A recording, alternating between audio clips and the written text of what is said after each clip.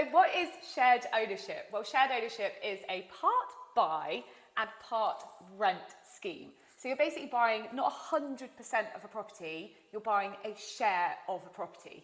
That's what shared ownership means. It doesn't mean that you're going to be sharing a house with someone, unless you're buying it with them. So usually it's a minimum of a 25% share of the property. However, some shared ownership schemes allow you a minimum of 10% of a property. So you can imagine how much more affordable that makes a home. So let's look at a little example, because I do love an example, and I think it makes it easier to understand.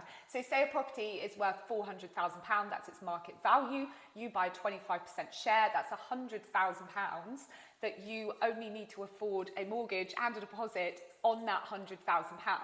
Then the remainder of that, so the remaining £300,000, is usually held by the developer, and you pay them a subsidised rent, which is usually 2.75% of the remaining value per year.